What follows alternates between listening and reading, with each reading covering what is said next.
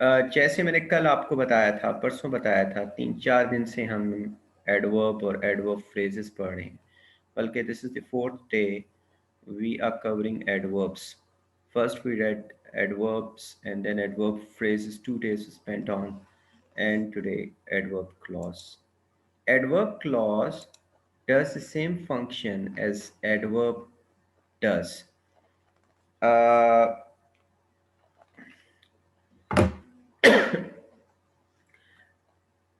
I mean, qualifying a verb or an adjective or an adverb. Adverb clause serves the same function as an adverb does or adverb phrase does. जैसे अभी मैं यहाँ पे पढ़ रहा हूँ, you may sit anywhere. You may sit anywhere. तो anywhere किसको शो करता है? That is an adverb. Adverb of place है कि कहाँ पे तुम्हें बैठना है. एनीवेयर, कहीं पर भी. तो जो वेयर को एड्रेस करे, व्हेन को एड्रेस करे, या फिर वाई को एड्रेस करे, या फिर हाउ को एड्रेस करे, वो एडवर्ब फ्रेज होती है, या एडवर्ब क्लॉज होती है, या फिर एडवर्ब होते हैं. मैं कहता हूँ यू मे सिट एनीवेयर, तो एक एडवर्ब है. You may sit anywhere here, ये एडवर्ब फ्रेज होगी, 2 वर्ड्स हो गए. और you may sit wherever you like. You एक सब्जेक्ट है और लाइक क्या है? ये वर्ब, एक वर्ब के ऊपर मुश्तमिल प्रेडिकेट है. तो इसलिए ये पूरी क्लॉज होगी. क्लॉज एक group of words with a subject and predicate, उसको क्लॉज बोलते हैं. और अगर वो क्लॉज एडवर्ब का फंक्शन कर रही है तो फिर उसको एडवर्ब क्लॉज बोलेंगे. This adverb is doing the function of an adverb. You may sit wherever you like. So wherever you like is an adverb clause. इसके बाद डेफिनेटली आप लोगों को समझ लग गई होगी कि एडवर्ब क्लॉजेस कौन सी हैं. He fled where his pursuers could not follow.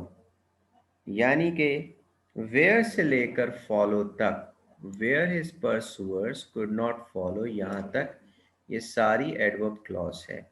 यानी ये कौन सा एडवर्ब क्लॉज है? Adverb of place. कहाँ पे वो भाग के गया? Where did he flee? There. तो देयर कहाँ पे? Where his pursuers could not follow. ये सारी के सारी वो क्लॉज होगी जो एडवर्ब का फंक्शन कर रही है. आगे आप लोगों ने मुझे बताना है कि एडवर्ब, मैं बताऊंगा आपको कम से कम 5, और फिर उसके बाद आप लोगों ने करने हैं 10 तक, और फिर मैं आपसे पूछूंगा. He behaves as one might expect him to do. As one might expect him to do. तो इसका मतलब है, इसको अगर हम एक एडवर्ब में चेंज करेंगे तो क्या होगा? He behaves expectedly. Adverb of manner हो गया. As one might expect him to do मतलब expectedly. लेकिन उसको एक्सपैंड करके पूरा एक क्लॉज बनाई गई है. इसमें एक सब्जेक्ट है और एक प्रेडिकेट भी है, जो इसका मतलब है कि ये एडवर्ब क्लॉज है. Because you have done this, ये रीजन इसमें दी गई है. Adverb clause of reason. Because you have done this I shall punish you, ये I shall punish you main clause है, और ये सबऑर्डिनेटिंग क्लॉज है. लेकिन ये सबऑर्डिनेट क्लॉज एडवर्ब क्लॉज है. क्यों पनिश करूंगा? क्यों वो एक्शन करूंगा? Because you have done this. तो इसका मतलब है कि ये, तो इसको अगर एडवर्ब फ्रेज में बनाऊं तो मैं कहूंगा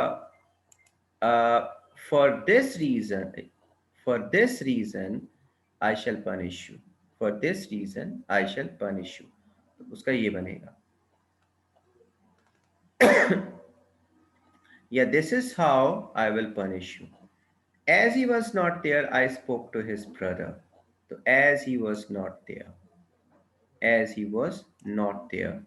ये why did he speak his brother? As he was not there, क्योंकि वो वहां पर मौजूद नहीं था. तो ये एडवर्ब क्लॉज हो गई। ये मैंने 5 एडवर्ब क्लॉजेस आपको बताई हैं, बाकी 6 से लेकर आपने 15 तक। अब मैं 5 मिनट्स आपको देता हूँ, आपने एडवर्ब क्लॉजेस को ढूंढना है, और ना सिर्फ ढूंढना है बल्कि उसकी जगह पे कोशिश करें कोई एक एडवर्ब लगाएं या फिर एडवर्ब फ्रेज लगाएं उसको। तो अब आपके जिम्मे है, आप इसको ढूंढें और एडवर्ब फ्रेज या फिर एडवर्ब एक लगाएं उसकी जगह पर। स्टार्ट कर रहा हूं। आप लोगों ने मुझे बताना है बारी बारी। इसमें से कुछ ऐसे हैं कि जो आप शायद ना ढूंढ सके, मुश्किल हो जाएगी, इसलिए आप सिर्फ मुझे बता दें कि कहाँ कहाँ कौन कौन सी एडवर्ब क्लॉज है जो आपको मिली है। तो आप में से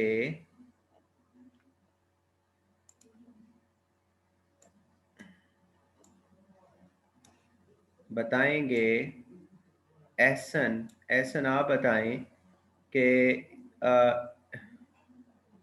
यहाँ मेरे का if you eat too much, if you eat too much you will be ill. Clause बताएं जो कि एडवर्ब क्लॉज है, एडवर्ब क्लॉज बताएं प्लीज। एहसन, एहसन, चले आकिब हुसैन आप बता दें इसमें से कौन सी क्लॉज है। जी सर इसमें है if you eat too much. If you eat too much ये क्लॉज है, एडवर्ब क्लॉज। Yes sir. ठीक है। Condition, adverb clause of condition, condition इसमें बताई गई यस है, तो एडवर्ब जो है वो कंडीशन भी होती है। तो if you eat too much you will be ill. He finished first though he began late. Bilal Ahmad Zura आप बताएं।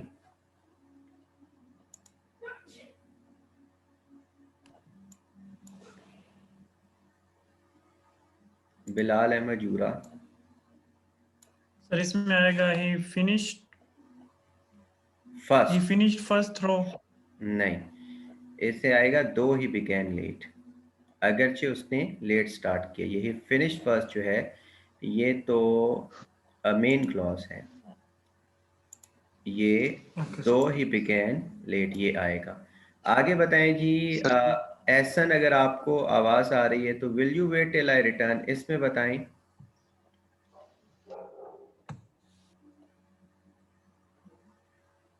टिल आई रिटर्न आएगा। Just as he entered the room the clock struck. Hafiz Mohammad Mudassir अगर आपको पता है अब बता दें। सर द क्लॉक स्ट्रक आएगा इसमें। नहीं नहीं, द क्लॉक स्ट्रक जो है वो मेन क्लॉज है, और just as yes sir. Room ये है सब ऑर्डिनेटिंग क्लॉज, क्योंकि हमेशा एडवर्ब क्लॉजेस, नाउन क्लॉजेस और एडजेक्टिव क्लॉजेस जो हैं वो होती हैं सब ऑर्डिनेटिंग क्लॉजेस, तो ये सब ऑर्डिनेट क्लॉज है। तो सर इन तीनों सेंटेंसेस के अंदर थोड़ा सा मुझे एक दफा एलेबोरेट करेंगे 7, 8, 9 में। ये तीनों मतलब ये आपस में रिलेटिंग हैं। पहले में भी एक एक्शन है दो के पहले, फिर दो के बाद भी है ही बिगेन लेट। ठीक है। उसके बाद विल यू वेट भी एक उसी तरह का एडवर्बियल क्लॉज है, टिल आई रिटर्न। तो हमने एंड वाला उसका मार्क किया, फिर थर्ड वाले में हम लोग फर्स्ट एंड जो है उसको मार्क कर रहे हैं। तो ये थोड़ा सा एक्सप्लेन कर दें इसमें मतलब भी क्या डिफरेंस है। नहीं, तो इसको भी आप पहले ला सकते हो। Although he began late he finished first, आप इसको भी पहले ला सकते हो। क्लॉजेस अपना अपनी पोजीशन चेंज कर सकती हैं। फर्ज करो ये क्लॉज है, दो ही बिगेन लेट एंड पे आया है, हम शुरू में लगा सकते हैं though he, although he began late he finished first. तो ही फिनिश्ड फर्स्ट जो है मेन क्लॉज वो एंड पे भी आ सकती है। तो जो सबऑर्डिनेटिंग क्लॉज होती है उसके साथ ये कंजंक्शन लगी हुई होती है। ये जो कंजंक्शन है उसके साथ सबऑर्डिनेटिंग क्लॉज उसके साथ लगी होती है। तो अगर कंजंक्शन इसके साथ लगी है तो ये सबऑर्डिनेटिंग क्लॉज होगी, कंजंक्शन लगी है तो सबऑर्डिनेट।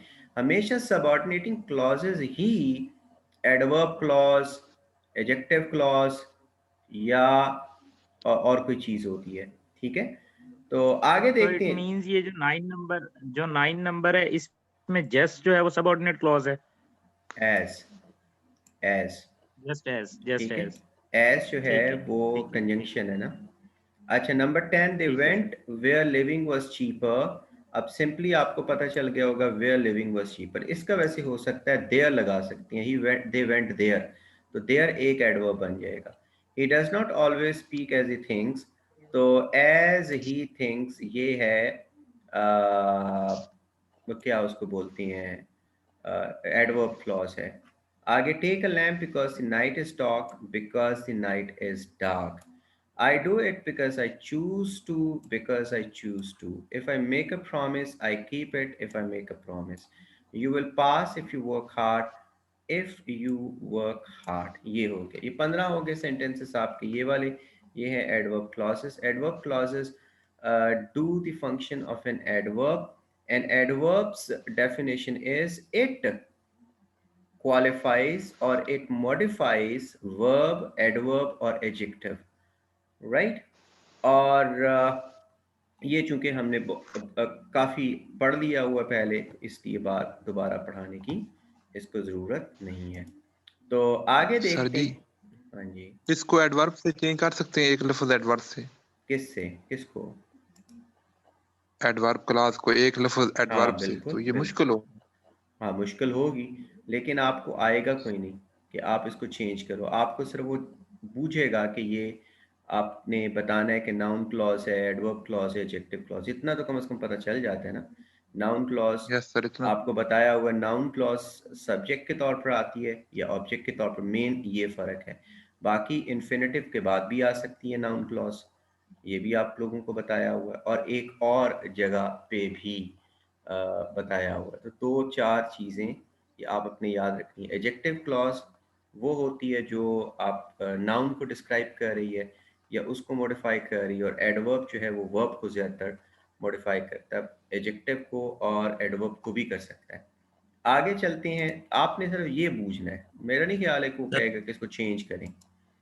आगे देखते हैं भाई, नेक्स्ट वाला।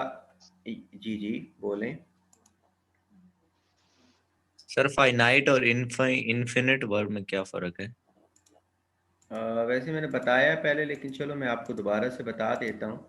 इन्फिनेटिव वर्ब वो होता है जिसको सब्जेक्ट कंट्रोल ना कर रहा हो। फिनाइट वर्ब वो होता है which is regulated by a subject. अगर मैं कहता हूँ I work hard, I work मैं काम करता हूँ, तो यहाँ पे वर्क क्या है, work is being controlled by subject.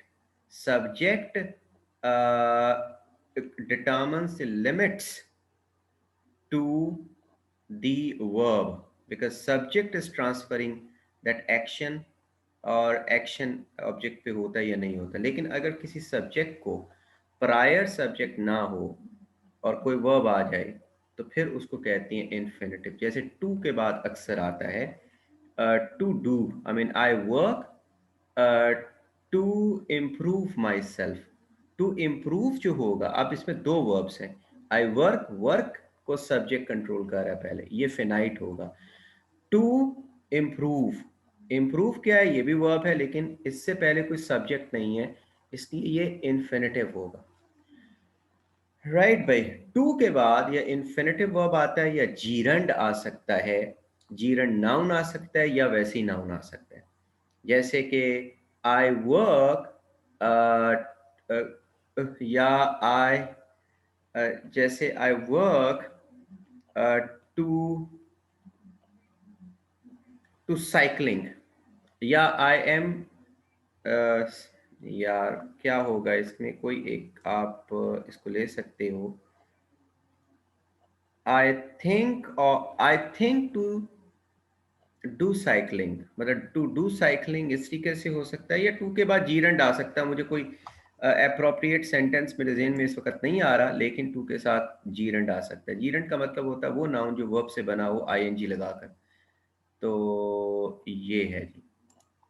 अब आप इसको देखो, यहाँ पर सप्लाई सूटेबल एडवर्ब क्लॉजेस, तो do not go adverb clause लगानी है आपने। Okay sir, thank he you. Is not so clever, आगे एडवर्ब क्लॉज लगानी है। आई वॉज सो हरिड, आगे एडवर्ब क्लॉज लगानी है। ही रैन सो फास्ट, आगे एडवर्ब क्लॉज, ये एडवर्ब क्लॉजेस आपने लगानी है। तो डू नॉट गो, फर्ज करो ये मैं कहता हूं, डू नॉट गो देयर, फर्ज करो देयर कहती हैं, तो देयर जो है वो एडवर्ब ऑफ प्लेस है, वहां ना जाओ। तो यहां पे फर्ज करो अगर मैं लगाऊं do not go where my house is located, तो where my house is located, my house is located, ये पूरे का पूरा एक क्लॉज बन रही है, माई हाउस इज सब्जेक्ट और उसके बाद बाकी प्रेडिकेट हो जाता है। तो अगर कहते हैं he is not so clever as his father was, तो ये भी एडवर्ब क्लॉज लग सकती है। अब आगे आपने सेंटेंसेस बनाने हैं, 10 तक कम से कम आप बना लें जहां पे एडवर्ब क्लॉज लगाकर आपने सेंटेंस, पहले सोच लें कि कौन से सेंटेंसेस बनाने हैं। यानी कि ये है ही इज नॉट सो क्लेवर, आगे आपने सेंटेंस, अगर मैं कहता हूँ आई वॉज सो हरिड कुछ लगाता हूँ तो क्या लगाएंगे आप? जी अतिया, आप मुझे बताएं कि यहाँ पे कोई आप एडजेक्टिव एडवर्ब क्लॉज लगाएंगी? आई वाज सो हरिड, मैं इतना जल्दी था, आई वाज सो हरिड। अच्छा चलें, बिलाल अहमद जूरा आप बता दें। I was so hurried. अच्छा चलो, because I was because I was late, ठीक है, I was so hurried because I was late, ये हो सकता है। आई वॉज सो हरिड, इसके अलावा किसी ने बनाया तो मुझे बता दें। इन्होंने तो बता दिया, Sir, sir, because I wanted to reach in time. वो because I wanted to reach in time. और किसी ने बताया हो, बनाया हो? because I had to go cinema. अच्छा चलो, बिकॉज लगाकर भी आप बना लिया। और I was so hurried when I was getting late, जब मैं लेट हो रहा था, तो ये टाइम का आ गया, टाइम की एडवर्ब आ गई। यानी आई was so hurried when it was 8 in the morning, तो व्हेन लगाकर भी आप यानी कि एडवर्ब ऑफ टाइम आ गया। आगे देखते हैं, आकिब हुसैन, मेरे ख्याल आकिब ने बता दी। शाहिद असलम रांझा आप बताएं, he ran so fast As he is a tiger. As He is a tiger. he ran so fast as he was a tiger. uh, he ran so As his father was. as his father, as his father was ill, ठीक है। और इसके अलावा because he was late. because he was late, ये That, reason का हो गया। he ran so fast, that I failed to catch him. क्या? That I failed to catch him. मुझे नहीं समझ लगी, बार ठीक ही कहा होगा आपने। he ran so fast as he was getting late, he ran so fast when it was when the darkness was descending, वगैरह वगैरह कुछ भी लगा सकते हो। अच्छा जी, he always does Whatever he likes. whatever he likes, what he wills, As I tell him. as I Tell him, sir. Tell him. as I ask him, he always does। अच्छा, he always does what हाँ नहीं, he always does what I tell him। As चलो I tell ठीक him. है, what I tell him सही हो गया। he spoke so low, he spoke so low That no one can hear it. हाँ, that no one As I can, could not hear. हाँ, he spoke so low that nobody could hear him। he spoke so low uh, uh, when he is in the As office, him, he was in. he spoke so low when he was in the office, वगैरह वगैरह। I shall do nothing, आगे कौन बताएगा? he shall do nothing,